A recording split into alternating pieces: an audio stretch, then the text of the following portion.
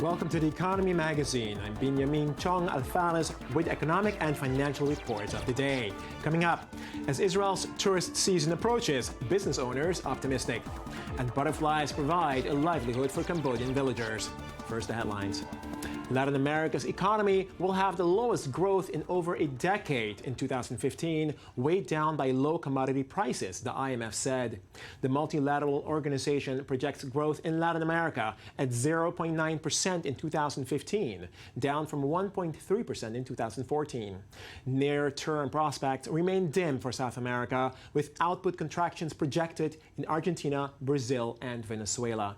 But Chile and Peru, whose strong macroeconomic fundamentals provide an important buffer, are forecast to see a pickup in growth. Investment in Latin America has fallen from double-figure growth on average to simply nothing last year. We have seen a big reduction in growth rates of investment and exports in Latin America. The World Bank sharply cut its outlook for war-torn Ukraine, forecasting its economy will shrink by 7.5% this year. The international lender lowered its 2015 economic outlook from its previous estimate of a 2.3% contraction. Ukraine's economic output fell by 6.8% in 2014. A year of conflict in Ukraine's industrial east has brought it close to economic and financial collapse, with total public debt at a staggering $70 billion. The International Monetary Fund estimates the country needs to raise $40 billion to avoid financial collapse. We believe that economic decline will accelerate in 2015 to 7.5% compared with the 6.8% last year. And when it comes to economic sectors, we unfortunately expect that the reduction will be observed in all these sectors. Zimbabwean President Robert Mugabe at the Southern African Development Community Summit called for the region to develop its own industries. Despite the rich endowment of our natural resources, about 70% of our people live below the poverty line, Mugabe said. The lack of economic opportunity has sent millions of Zimbabwean migrant workers into South Africa. And as South Africa also suffers rampant unemployment and poverty, the influx of migrant workers is seen as a threat by locals. By accepting a new industrialization strategy and roadmap, members of the SADC hope to create stronger economies and curb migration. By exporting our natural resources in their raw form, we are not only earning marginal benefits from them, but are in essence compromising our efforts to create jobs or diversify our products or even develop our industries. The World Bank seeks to double investment in the Middle East and North African countries to help them cope with political instability. The bank seeks to help Iraq weather the oil price drop, which has ravaged state finances as it faces rising military spending to fight Islamic State militants. By increasing its portfolio investment, the bank also aims to lift some of the strain from the Syrian refugee influx on Lebanon. The world's largest lender for sustainable development plans to invest an annual $300 million in Lebanon in the next 4 years. We are discussing new projects all over the region. Today we have a goal to help the Arab region, and we want to double our portfolio in the whole region. Lebanon, for example, we want to increase our portfolio, which is $1.1 billion today. We want to reach $2.3 billion in 4 years. This is more than double. In Tunisia, we want to increase from $400 to $500 million a year to $800 million or $1 billion a year. And we stay on the topic of global investment, where geographic boundaries seem to be increasingly irrelevant. We're joined now on the phone by Lawrence Schreiber, co-president of investment management firm Clarity Capital. Mr. Schreiber. Hi, Benjamin. Thanks for joining us. So, with constantly improving global communications and information flow, it seems like investing has become a global endeavor. Do geographic boundaries still matter? That's an interesting question, Benjamin. Globalization has been a term that's increasingly been used in the investment world in the last 15 years, certainly in the last 10 or 5 years. And there are examples where I would argue markets truly are global and regional boundaries, geographic boundaries don't matter as much. Two examples. One would be global companies. When you look at a company, for example, like Apple today, they are a US company, but their fastest growth is coming out of China in the last quarter. And they are held by investors around the world. They have sales around the world. They're a brand around the world. I honestly don't think they are operating with much of a constraint based on geography. Oh. And a second category would be industries. Oil and gas, for example, or gold are global industries because the commodities themselves are trading around the world. And I think an oil company in Northern Europe and an oil company in Western Texas are more affected by the price of oil than by anything happening in their own regional areas. Well, being that you're looking at it on a case-by-case basis, it seems. I mean, what are the factors that are preventing further globalization? The major barrier, I would say, to prevent further transparency and flows of cash is government intervention. By that, I mean legal impediments governments impose, regulations, taxes, tariffs, trade restrictions. Governments continue to put artificial barriers in place, which lead increasingly to a lack of transparency and a lack of ability for capital to flow to the most effective and efficient areas. One example of that recently was the United States, where foreign companies, non-U.S. companies in Europe and in Canada were acquiring U.S. companies because the non-U.S. companies had a lower tax base. And by acquiring the U.S. companies, they could combine the entities and lower the tax rate. Right. The U.S. government imposed massive restrictions on these so-called tax inversions and prevented the flow of capital. So you're creating a regional issue where U.S. companies won't trade at the most efficient prices. Okay, this is clearly a very complicated story. Well, Mr. Lawrence Schreiber, co-president of Clarity Capital, thanks so much for joining us. My pleasure. Happy to be here. Thank you.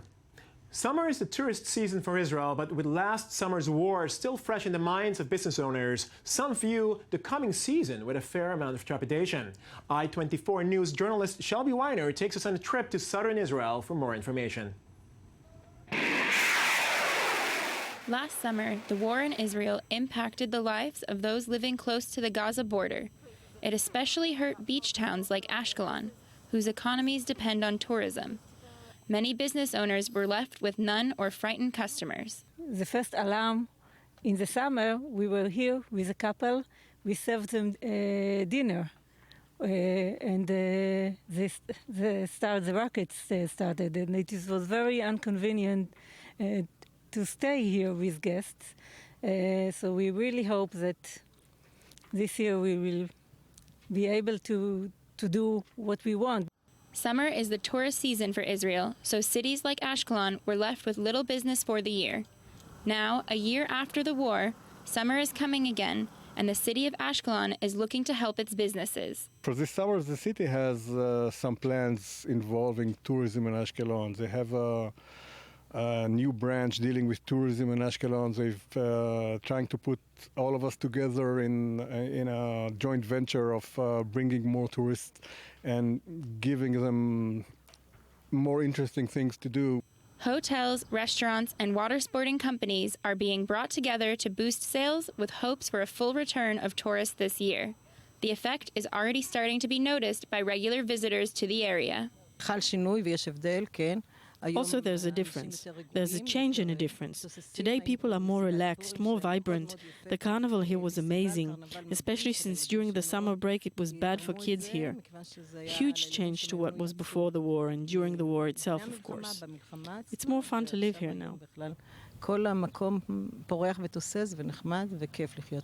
The atmosphere in Ashkelon is positive and hopeful. Businesses and residents are ready for the summer and its tourists. Time will tell if the economy will fully rebound 1 year after the war. Cambodia's Bante Sray Butterfly Center is the largest of its kind in Southeast Asia.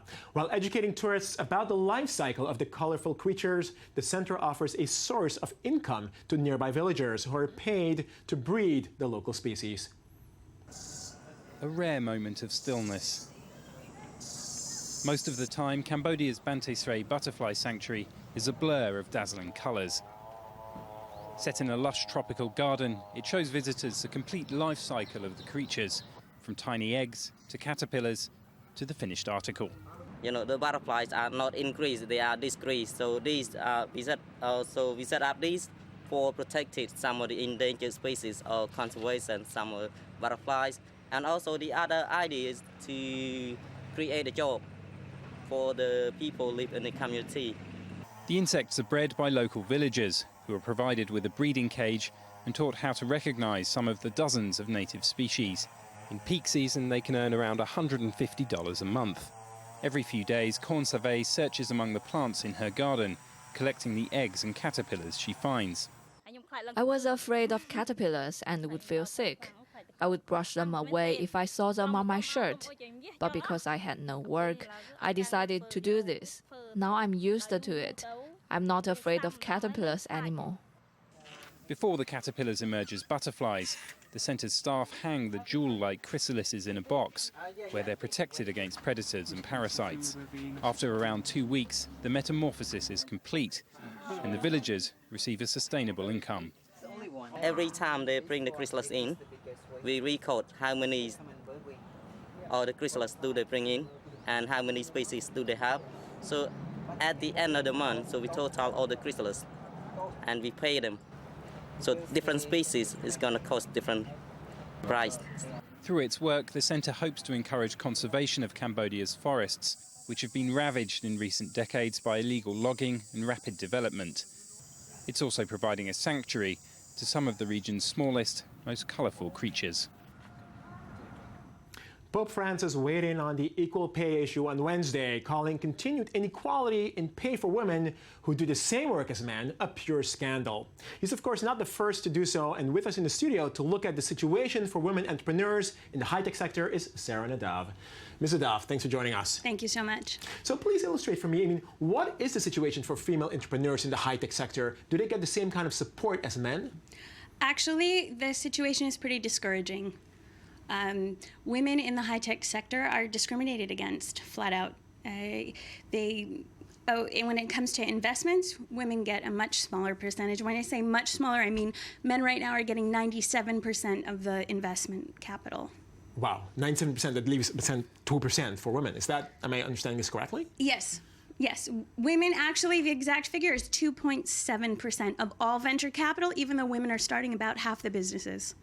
Okay, and they make up the same number of people that go through these educational programs for, high-tech oriented careers? Yeah, women actually, the only degree which women are getting on a much lower ratio of is a computer science degree. And everybody asks, okay, so where's the progress? Aren't we making progress forward? Actually, we're not. In 1985, 30% of computer science degrees went to women.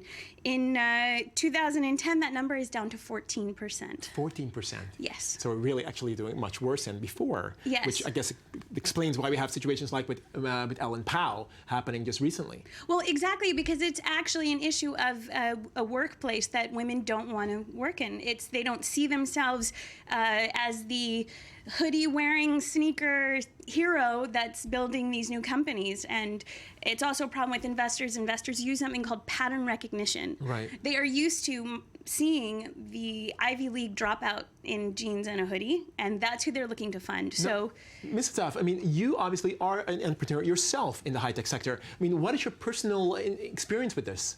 My personal experience was founding a company, getting funded, and then realizing that there was what I call the glass door, not the glass ceiling, standing between me and investors, something which at first I couldn't quite recognize, but then it became very clear because it was blatant.